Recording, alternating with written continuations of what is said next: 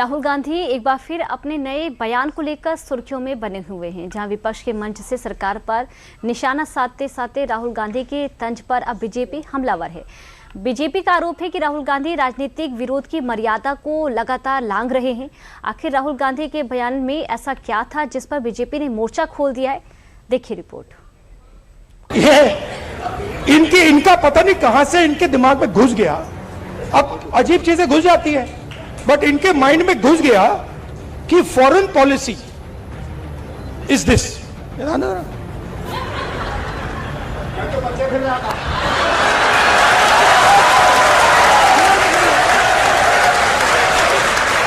अब पता नहीं किसने डाला, कहां से घुसा कि भाई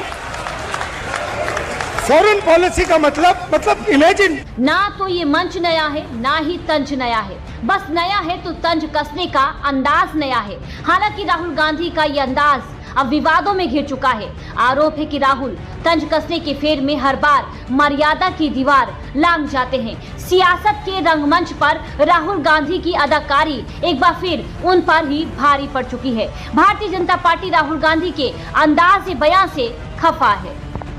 कल नेता प्रतिपक्ष राहुल गांधी ने प्रधानमंत्री श्री नरेंद्र मोदी जी एवं भारत की विदेश नीति के प्रति जो टिप्पणी की है वो अत्यंत निम्न स्तरीय और निंदाजनक तो है ही, मुझे व्यक्तिगत रूप से बहुत ही पीड़ा देने वाली भी है। क्योंकि अपने लंबे राजनीतिक जीवन में मैंने किसी भी नेता प्रतिपक्ष को, चाहे वो सुषमा जी व अरुण जेटली जी रहे हों, अथवा अटल जी और अडवाणी जी रहे हों, अथवा अटल जी की सरकार में डॉक्टर मनमोहन सिंह जी और सोनिया गांधी जी रही हो, ऐसा अशोभनीय आचरण की कल्पना से परे था। और ऐसा आचरण भारत में स्वस्थ लोकतंत्र के लिए मैं मानता हूं कि एक गंभीर खतरे का संकेत है। दरअसल राहुल गांधी का बयान सिर्फ भारत की विदेश नीति की आलोचना तक सीमित नहीं था, बल्कि राहुल जिस मंच से आलोचना कर रहे थे उसी मंच पर राहुल से ही रूबरू होते हुए कांग्रेस नेता संदीप दीक्षित ने इटली की प्रधानमंत्री जॉर्जिया मेलोनी को लेकर भी आपत्तिजनक बयान दिया, जिस पर कांग्रेस की जमकर आलोचना होने लगी।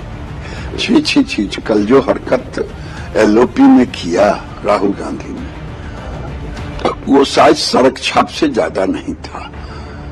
और ये फ्रस्ट्रेशन में है।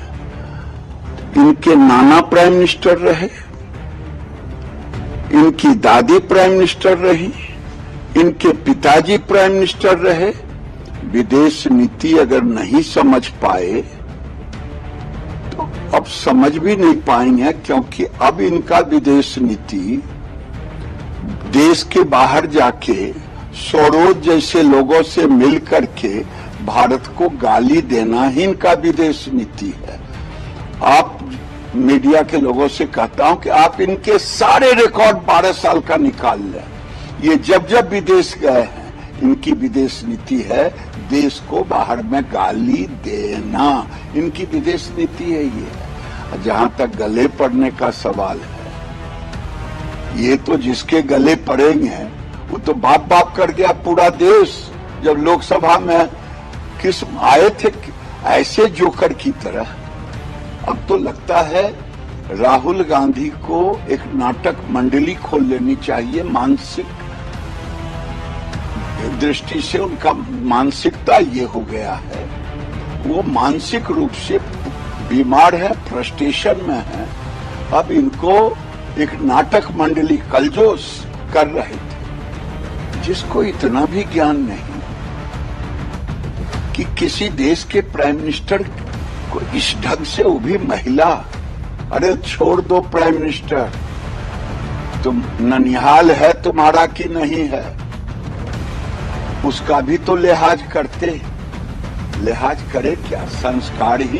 पहले संसद का मानसून सत्र विपक्ष के रवैये की वजह से हंगामे की भेंट चढ़ गया। जनता के टैक्स का लाखों रुपया बर्बाद हो गया, लेकिन न विपक्ष ने सदन चलने दिया और न ही चर्चा होने दी। और संसद का सत्र समाप्त होते ही राहुल गांधी ने कांग्रेस के मंच से ऐसा तंज कस दिया कि बवाल होना तय हो गया।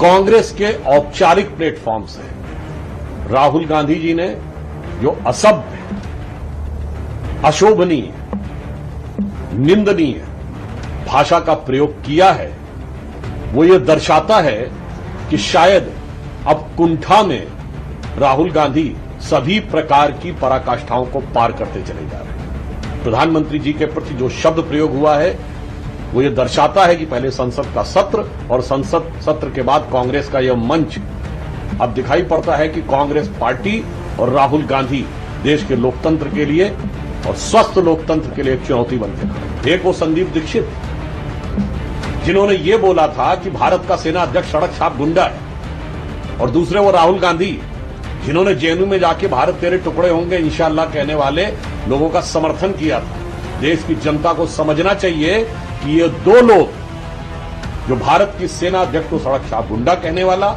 और एक भारत तेरे टुकड़े होंगे इंशाअल्लाह कहने वालों का समर्थन करने वाला, मिलकर मां भारती के उस सपूत प्रधानमंत्री नरेंद्र मोदी जी के लिए इतनी अभद्र गालियां बक रहे हैं कि लगता है कि अब देश को भली भांति समझना चाहिए कौन देश के हित की बात कर रहा है और कौन एक गहरे षड्यंत्र का हिस्सा बन रहा है। आज देश को यह तय करना है कि जो कुछ राहुल गांधी ने किया है ये किसी कुंठित, विक्षिप्त और मोदी जी के प्रति ईर्ष्या से भरे हुए पक्की दाढ़ी वाले चिर व्याकुल नौजवान की बचकानी हरकत है या सीमा पार के तारों से जुड़े हुए किसी व्यवस्थित षड्यंत्र के माध्यम बने हुए किसी व्यक्ति की शैतानी हरकत है। राहुल गांधी जब भी सियासत के किसी मंच से सरकार को घेरकर अपनी इमेज बिल्डिंग की कोशिश करते हैं तब दाव उल्टा ही पड़ जाता है। इस बार भी कुछ ऐसा ही हुआ जब सरकार को घेरने की फिराक में राहुल गांधी इस कदर मशगूल हो गए कि अपने बयान से खुद की किरकिरी करा